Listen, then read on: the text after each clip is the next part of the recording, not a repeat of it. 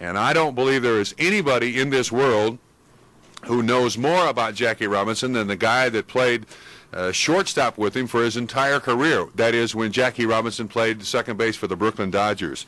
He hails originally from Akron, Kentucky, now lives in Louisville and works for Hillerich and Bradsby, the Bat People. They're the ones that supply all the pine for all the players in the major leagues. And known for many, many years as the Little Colonel. And he is a frequent visitor to Cincinnati Riverfront Stadium to watch the Reds.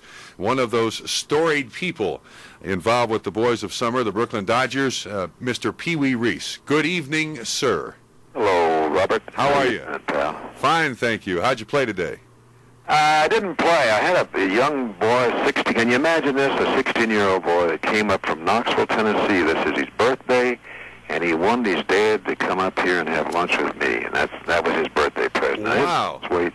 That's nice. That's nice. Well, I didn't play. I did hit a few balls after he left, but it was a beautiful day. I would have liked to have played, really. Yeah.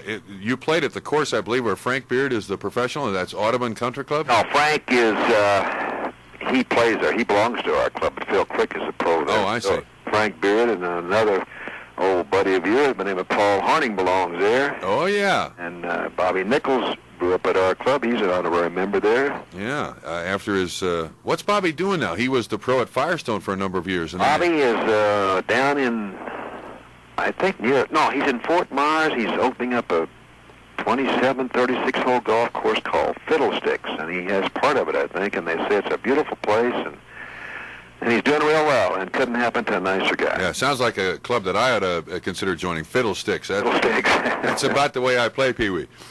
Pee Wee, I talked to you the other day when you were up for the Business Day special. Yesterday. And yesterday. And the subject of Jackie Robinson didn't come up. When I got back to the station here and realized that it was 35 years ago today that all of that happened, that the color line was that long ago? Isn't that amazing? Oh, my Lord. Getting old. No, you don't look it. I don't know how many people have seen Pee Wee Reese lately, but you don't look like you played baseball 35 years ago. So. I don't feel like it, really. Good. What are your remembrances? I'm sure that in 1946, when it was announced that one black athlete named Jackie Robinson had been signed to a contract to play at the AAA level, it had to cause a stir, or at least some curiosity on you players' part. Give us as much as you can on what happened on the Brooklyn Dodgers about then. Well, I tell you the truth, Bob, the first time that I found out about it was not in 46. I was coming back from overseas. I was aboard ship, and somebody came to me and said, hey, Pee Wee said they just signed a black. They probably didn't say black. They probably said something, or whatever. And I said, you got to be kidding. He said, no, they signed a black ball player. And I didn't think too much about it. Then later on, he came back about a half an hour. I guess he was getting this over the wire. And I was coming back from Guam. The war had ended. And he said he's not only a black, but he's a shortstop, which Jackie originally was. But that was the first time that I really heard about it. And I didn't think too much about it anymore. I probably thought, well, he'll never make it anyway.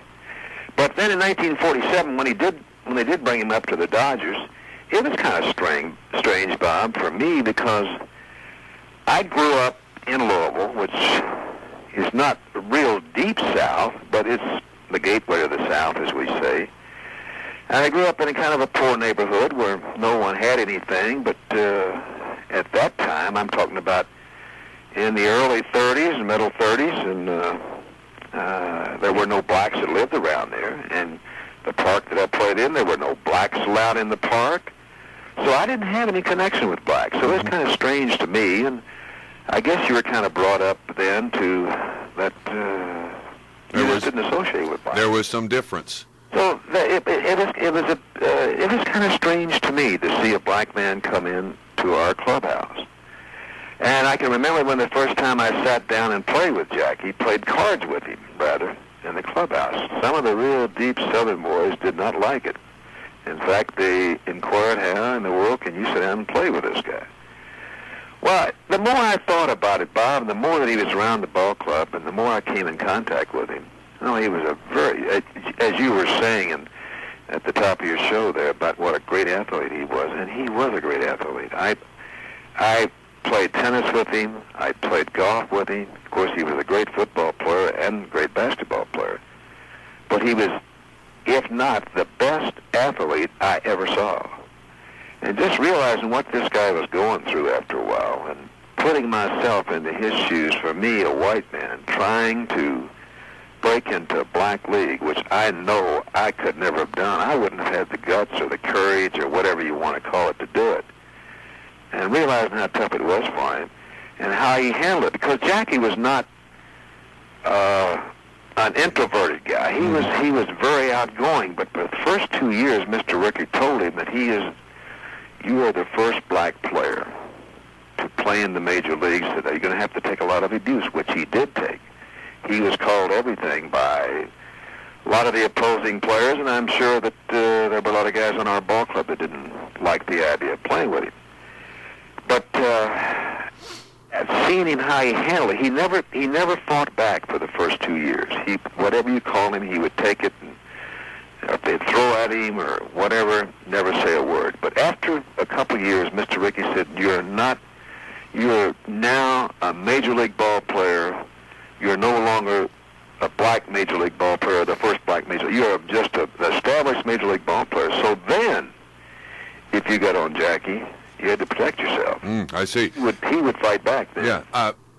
Pee Wee, where did you guys conduct your spring camps at that time in the Brooklyn Dodgers organization? Well, we were when I came out of the service in 1946. It was in Daytona Beach. Now, this is in 46. In Montreal, I'm not sure where they trained.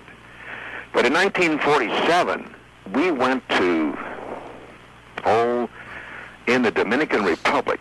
And the only reason we went down there, I guess, probably, Bob, was because we had Montreal trained in there, too. We had a black player there, which would have been very difficult for a black player to train in Vero Beach or Daytona Beach or something. So we went there and trained. Yeah, I'm curious, did Mr. Rickey sit you guys down and say, look, this guy can play baseball, he wouldn't be here.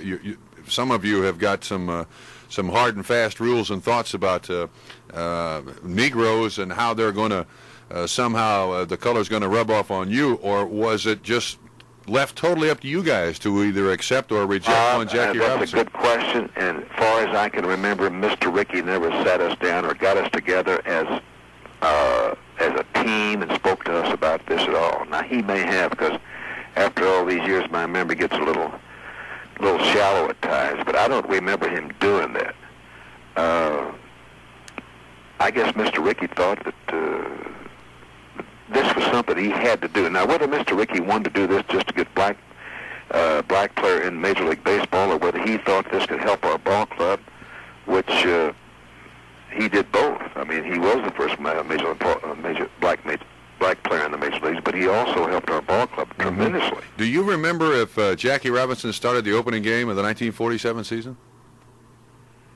I don't think he did. But I know he came up right away, and he played first base when he first came up. Eddie Stanky was playing second base at the time. Oh, I see. And they traded Eddie next year, and he went to the Boston Ball Club, and Jackie moved to second base. He made an instant contribution to the ball club. He had 296, as I said at the top of the show. He had 12 home runs, 85 RBIs, and I believe stole something like 29 or 30 bases. Obviously, it had to show quickly that this guy could play, regardless of color. That's right, and under a tremendous amount of pressure. And I've often said, and I'll say it again, that I've seen some great black ball players that played against me and played with me, but I'm not too sure that they could have done what Jackie did and took what he took and be under the pressure he did. He had to be a special person. Yeah. A special type of person. Now, Mr. Rickey, I didn't realize that he had talked to Jackie in 1945 or something. This is the first time I've known that. So he and Clyde Sucre, I think, did a lot of research before they really came up with this name, because I understand there were better black players in the black leagues than Jackie Robinson. Yeah. But Mr. Rickey evidently figured that if anybody could do the job, this is the man to do it. Yeah. Now, if he couldn't have done it, I'm sure that it would have been set back a few years, but eventually it would have happened. But if it hadn't been for Jackie, it wouldn't happen as quickly as it did. I'll guarantee. You're right, Pee Wee. I'm wondering if part of the consideration on Branch Rickey's part, and maybe I should get a hold of Bob Rickey. I believe Bob Rickey's his son or grandson. I think it's his son. The guy that used to work for McGregor. I think that's his son or his nephew. Grandson, I think. Maybe so. Yeah. But I'm wondering if the fact that Jackie Robinson was a college-educated man was the right sort of guy, realizing the pressure that he was going to be under, that he had to have someone that had some education, that had some worldliness in order to handle what was about to happen. Maybe Branch Rickey was that farsighted to realize. Well, I'm sure that he was, and I'm sure that he took all this into consideration. And Jackie was well-educated, and he was very articulate, and he could handle himself in any situation. And I've seen him in some of those situations where he handled it very well. And yeah. I'm wondering, when he first showed up on the scene down there in the Dominican Republic for the first spring camp with you guys, was there separate facilities for Jackie Robinson, or yes. Was there Always, yeah.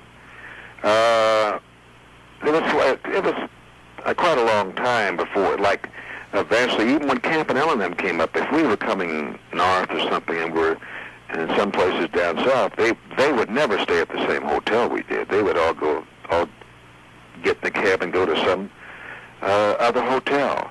Or if we happened to stop on the roadside, traveling from Miami to Vero Beach or something like that, playing a ball game, and we'd all go in and get something to eat. Well, Campy or Jackie or whomever would have to stay in the bus. We'd have to bring something out to eat to them. And I can remember going into St. Louis, which was the last town, the Chase Hotel, that they could not enter the hotel. That one by one, they finally got to go into the hotels. And St. Louis was the last one that they got in. And the only reason they did was because Jackie took it on his own initiative and said, today I am going down and going in that hotel. And Campanella said, Jack, let it alone. Let's don't cause any trouble or get this, have this started to get this in the newspaper. But Jackie would have it no other way. And this is the type of person that Jackie was. He went down to the Chase Hotel and registered, and they accepted him. And that was the end of of the black players not coming into the Chase Hotel from then on. Interesting. I'm wondering too, Jack, Pee Wee, if in that first year, the problems that he faced, was there anybody that Jackie Robinson could sit down and talk to? Did he ever vocalize the pressure to anyone that you knew of? Well, I talked to Jack quite often, and I'm sure, I don't know if you've ever met Jack's wife or not. No, I haven't. No, I haven't. I would say, now Jack has given me a tremendous amount of credit for helping him make it, but I would say if there's anyone that really helped him more than I did or anyone else did, it was his wife, Rachel. Because he had to go home and be with her every night. Mm-hmm. And I'm sure that there were times when he probably said, well, maybe he didn't say that, what the hell am I doing, because I think Jackie had this in mind when he had an opportunity, and he just wasn't going to let anything stop him from doing a job. Yeah. Rachel had to give him a lot of encouragement. Yeah. Speaking of the way, the credit that Jackie has given you, or did give you when him adjusting to the major leagues, it seems to me, and correct me if I'm wrong, but I remember a story that someone told me of a particular ball game when you were at short and he was at second, and the racial epithets thrown at Jackie Robinson were just ungodly in this particular game. And for some reason, you stopped the ball game, walked over, put your arm around Jackie Robinson, and just looked at the people in the stands. And from that point on, apparently, all of the color talk and remarks seemed to go away. Am I correct? Or that is correct in a way, but it never did stop altogether. Of course, Jackie was thrown at quite a bit, but our ball club, Bob, was the type of ball club that was thrown at a lot anyway. We had that type of ball club when DeRocher and Dressen were there, and DeRocher was kind of a very loud, vociferous manager, and he caused a lot of it. And a lot of it was, at first, was because Jackie was black. But later on, Jackie was he could be a little belligerent himself anyway. Mm-hmm. And some of it was just because he was not Jackie Robinson, a black player. It was because the type of player that he was. He was a very aggressive player. And, of course, every time I think about it and think what a tremendous amount of pressure that he was under, it just amazes me. Yeah. Well, if you can, Pee Wee, I don't remember. I've heard this story like third hand, just sitting around a table down at Riverfront Stadium, I believe. I'm wondering, in the concentration in the middle of a ball game, where all of a sudden it is so obvious that the fans in the stands are taking on a teammate of yours, what possessed you to go over there, or what you meant by that gesture, or what thought went through your mind that you had to go to his defense out there in public? Well, I don't know. I wasn't exactly the great white father, and I told Jackie that, and he said, Pee Wee, I realize that, and he said, it's the way you went about doing things. Now, I can remember specifically in Fort Worth where some big loudmouth guy was on him, and I was standing next to him, and I said, Jack, you want to see me get this guy off of you or something? So I gave him a blast or something. Then he really got on me, and he completely forgot about Jack. Jack and I used to sit down and talk about this, and I would say to him about, Jack, do you ever think in my time or ever, really, that the black and white will really get along like there's no people thinking about whether he's black or whether he's white? He said, yeah, I think so, Pee Wee. And I really, to this day, I doubt it, because there's always going to be some white people that's going to look down on the black, and there's going to always be black people that hate white. So I don't think it'll ever be, the Garden of Eden. I think there's always going to be that little feeling between the black and white. Yeah. I just hope it gets, it's gotten tremendous, gotten a hell of a lot better in the last 20 years, 30 years. I find it hard to believe that in my lifetime, and I'm 37 years old, Pee Wee, and maybe I'm naive, but I find it hard to believe that within my lifetime there were Americans, regardless of color, black or Oriental, that were not allowed places that I could go to into every day. That's still. This is the same thing my son says to me. He said, Dad, you mean to tell me that a black person couldn't get on a streetcar with you, or couldn't drink, or couldn't be in the park? I said, son, that's the way it was. That was the way he couldn't believe it either. So things have changed. Yeah. Things have changed. He was inducted into the Baseball Hall of Fame in 1962. Did you in any way take part in that ceremony? Oh, I have never been to the Hall of Fame. Never been to the Hall of Fame? Still waiting for your chance, huh? I guess it could be that way, Bob. Did you see Jackie Robinson quite often after his playing career was over? I saw him quite often. I guess one of the last times I saw him in Cincinnati. They were presenting him some kind of an award there, and at this time, he had diabetes real bad, and of course it affected his eyesight first. Then he could hardly walk, and I can remember him. I went out on the field with him at the time. I was introduced. It was at Riverfront Stadium. Yeah, it was 1972, I believe. Was it? And I can remember him walking out there, and this was the first time I saw him walk with any liveliness, really.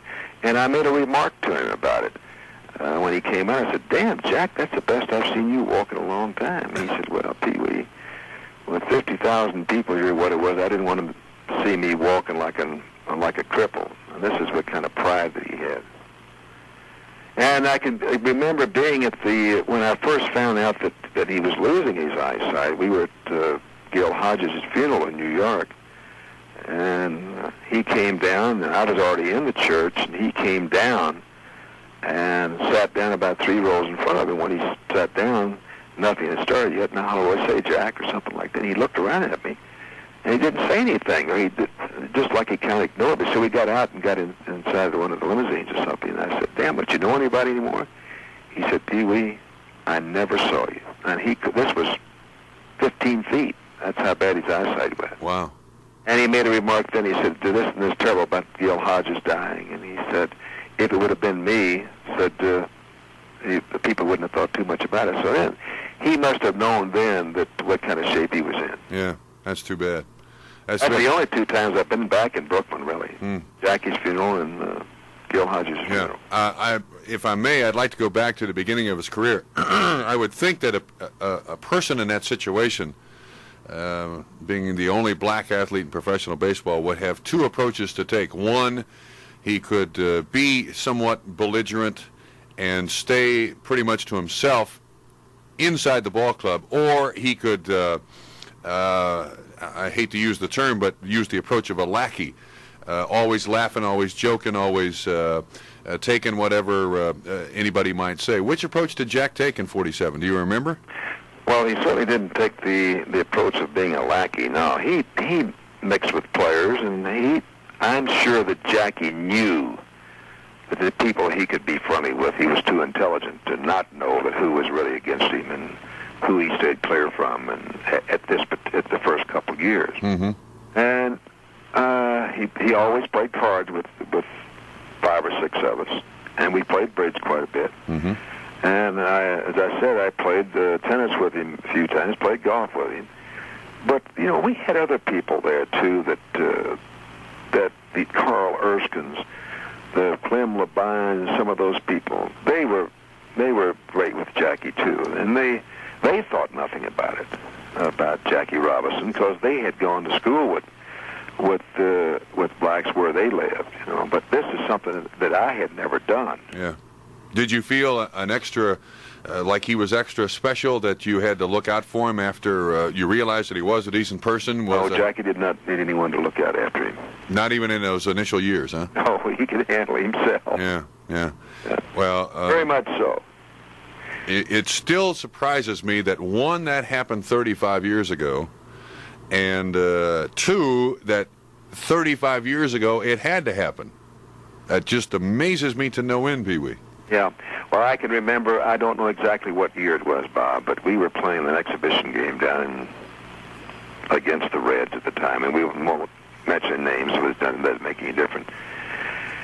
But this fellow was coaching at third base, and Jackie was playing second base, and naturally I was playing shortstop, and we were throwing the ball around the infield. This is after a couple of years he was up there. And I threw the ball to Jackie and had a little something on it. And Jackie acted, maybe it did sting his hand a little bit, but he meant nothing by it. He was just kidding about it. And the coach at third base says, Pee Wee, don't throw the ball too hard to little Jackie. You'll hurt his hand. Well, Jackie, this is the first time I've ever seen him do anything like this. He just left second base, walked right across in front of mid-shortstop, and I wondered, what the hell is he going to do? He walked right over to third base coaching line, and he said, look, I want to tell you something. He said, I've taken this stuff from you and a lot of other people for 2 years. And he said, if you ever say another word to me, he said, after this game, I'm going to do a little kicking. Then maybe not exactly in those words, a little bit stronger than that. I believe I catch your drift. drift. Clean it up a little bit. I catch your drift, though. Yeah, but that was the end of it. And he was just not beating his guns. He meant it. And I have kind of sparred around a little bit, Jackie, and he can handle his fist. As Muhammad Ali said, he said, they asked him something about Bill Chamberlain, said, could he handle his fist? Could he fight? He said, if he grew up in the ghetto, he could fight. So Jackie could, he could do it all. And this is when I realized that now then Jackie is not Jackie Robinson, first black player. He is now a major league ball player, and he's going to be treated like one. He's going to have the respect of everyone, which he did have. Yeah, Pee Wee, I'm also surprised that when you look at the stats on one Jackie Robinson, and we are speaking to Pee Wee Reese in case you just tuned in, everyone considers him a second baseman, and yet he did play an awful lot of second base, the majority of the games, but for the Dodgers, he also played third base, first base, outfield, and one game at shortstop. He was obviously a very versatile athlete. I can't imagine him ever playing my position. No, he was after Bob. All these things kind of run together a little bit, but I think he played second base from 47 to 52. Then Jackie got a little bit heavy. And Jim Gilliam came up about that time. Mm-hmm. I don't know what time it was. So he kind of moved to third base. And Gilliam started playing second base at the time. And, of course, Jackie, as I mentioned, he could play any place. He didn't have the great arm. I don't believe he could pitch or catch or something, but he could play.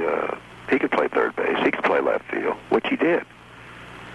But I still say he was one of the greatest all-round athletes I ever saw. Mm-hmm. And for a man his size, and we didn't run that much in those years. I mean, Jackie led the league in stolen bases one year, and I led the league in stolen bases one year. In fact, I think if you look up the record, that I am probably the last white player to lead the National League in stolen bases. They don't have that stat anywhere, Pee Wee. They don't? No. No, sorry. But I'll take I think it's something like 35, but I guess the point of my story is that if our ball club would have run more, we played in this kind of a small ballpark, and we had power hitters like Campanella and Snyder and Hodges and Robinson and Perillo and some of those guys. If we ran like they do now, with 3 runs behind and 3 runs ahead and 4 runs ahead, there's no telling how many bases Jackie Robinson could have stolen. He was one of the fastest guys I ever saw getting away from first base or being able to stop and start. One of the best base runners I ever saw. If anyone ever saw him play, I guarantee you they'll say that about him. Yeah. Interesting. And he apparently was a master at stealing home. Yes, he was. He and a fellow by the name of an old roommate by the name of Pete Reese. They were the best I ever saw. Could do it any time. Yeah, and sometimes when everybody would be watching for it, they would do it. Yeah. Interesting. Pee Wee, I know you got to go out to dinner. Yeah. I want to let you go here, but I do appreciate your comments and reminiscing about a good buddy of yours, Jackie Robinson. He died in 1972 in Stamford, Connecticut, was inducted into the Hall of Fame in 1962.